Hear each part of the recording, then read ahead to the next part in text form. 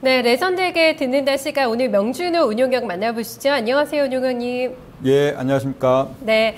앞에서도 저희가 얘기를 좀 해봤는데 중국에서 지금 26일부터 내일까지죠. 우중제네가 열리고 있습니다. 사실 뭐 가장 관심이 좀 많은 부분이라고 할 수가 있겠어요. 사실 우리 시장에서도 관련된 종목들이 많이 움직이고 있고 중국상도 최근의 흐름을 보면은 지금 3,500선 부근까지 올라오면서 이 기대감을 좀 반영하는 움직임 나타나고 있거든요.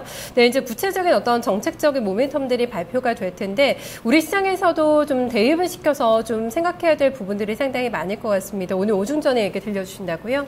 네, 오늘은 중국 오중전에 지금 기간이기 때문에 여기에 대한 또 설명들을 드리고요.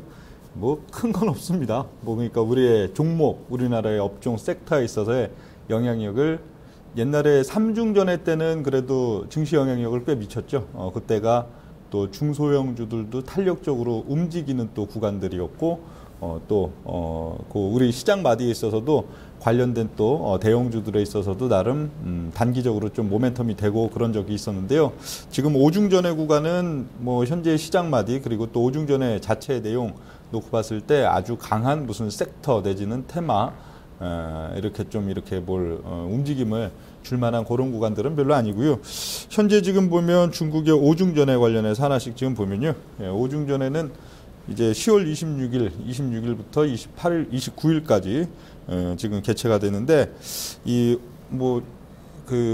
앞으로 5년 동안 내년 이후에 또 2020년까지의 5개년 계획, 뭐 우리나라 옛날에 뭐 경제개발 5개년 계획 하듯이 그렇게 지금 하는 일정들이고요.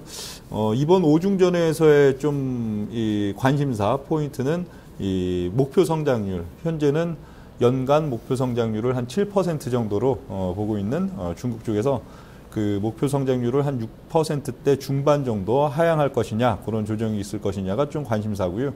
이 구체적인 뭐 목표치나 이런 거에 있어서는 이번 오중 전회 기간보다는 내년도 3월달 양회 이후에 할 것이다. 그런 지금 양상들 지금 보이고 있습니다. 이 중국의 오중전에 있어서 보면 그 2010년 말에 지난번 17기 이 오중전에 같은 경우에는 향후에 연평균 성장 목표치를 한 7% 정도 제시를 했었고, 좀 전면적인 샤오캉은 뭐 중국인들이 전반적으로 다 함께 그래도 행복하게 살 수 있는 그런 상태를 만든다 하는 그런 샤오캉 관련된 뭐 10대 목표 발표 이런 점들이 있었는데, 이번에는 좀 특색 있는 부분들은 특색 있는 부분에 앞서서 GDP 컨센서스의 지금 추이들 놓고 보면요, 현재 GDP의 컨센서스를 오히려 이번 2016년대 이후에 좀 올릴 것이다, 그런 예측들이 작년도 초까지는 그래도 많이 있었죠.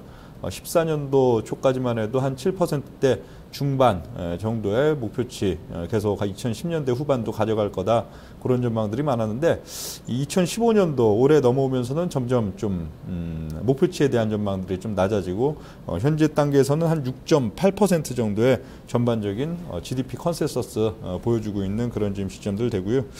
중국의 오중전에 관련해서는 지금 이번 지금 오중전에 같은 경우에는 국민 경제계획 그리고 경제발전 심의에 중점을 준다, 뭐 그런 면들, 사회발전 5년 계획 이런 면들이 좀 포인트가 되고요. 지금 2012년도 이후에 보면은 계속 1중전에, 2중전에, 3중전에, 4중전에 뭐 이렇게 지금 되고 있는데, 시진핑 체제가 출범한 게 1중전이고, 그리고 좀 관심이 많았던 3중전에 같은 경우에 이 5년을 임기로 하는 이 정권의 새로운 기가 시작된 후 1년 만인 가을에 나타난 그런 전회이기 때문에 상당히 좀 관심이 많았고, 거기에서의 정책들도 상당히 많이 발표되고 한 그런 면들이 있었습니다.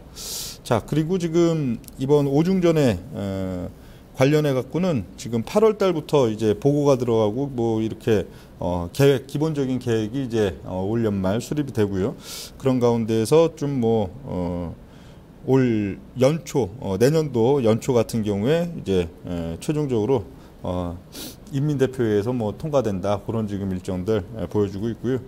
이번 지금 13차 5개년 계획에 있어서는 좀 특징적인 내용이 나머지 10가지 계획 중에서 8번째에 해당하는 뭐 생태 문명 건설 강화 이 부분이 새롭게 지금 들어갈 가능성이 높다 그렇게 지금 되고 있는데요. 생태 환경, 중국 같은 경우에도 뭐 지금까지는 그렇게 생태 개발 어느 정도 좀 뭐랄까 개발과 또 성장 여기에만 좀 주력했다면은 처음으로 이제 생태 관련된 부분들 공장을 돌리는 데 있어서도 환경을 생각하고 또 이 생태계를 파괴하지 않는 범위 안에서 또 개발을 하는 그런 부분들 있어서 처음 지금 들어가고 있는 면들이 앞으로 중국 같은 경우에도 무조건적인 일방적인 성장보다는 거기에 대한 후유증들이 뭐 지금 보면 여러 가지 공해 문제나 또 대기 오염 뭐 등등의 여러 가지 문제들을 또 유발을 하기 때문에요. 생태 관련된 부분들을 상당히 강화한다 그렇게 지금 나오고 있고요.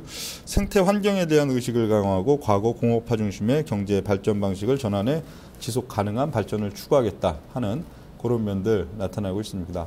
그렇기 때문에 뭐 내년도 이후 지금 본다면은 중국 관련해서도 좀 이렇게 환경 관련된 기업들, 환경 관련된 기업들 보면 뭐 우리나라 지금은 그냥 단순한 테마주죠. 뭐 봄에 황사 왔을 때 좀 뭐 한번 반짝 올라갔다가 연중에 또 줄줄 새고 이런 식의 테마주라면은 이 환경 관련된 기업들이 또 중국 관련주로 편입될 가능성들이 점점 높아지는 그런 지금 단계 볼 수가 있겠고요.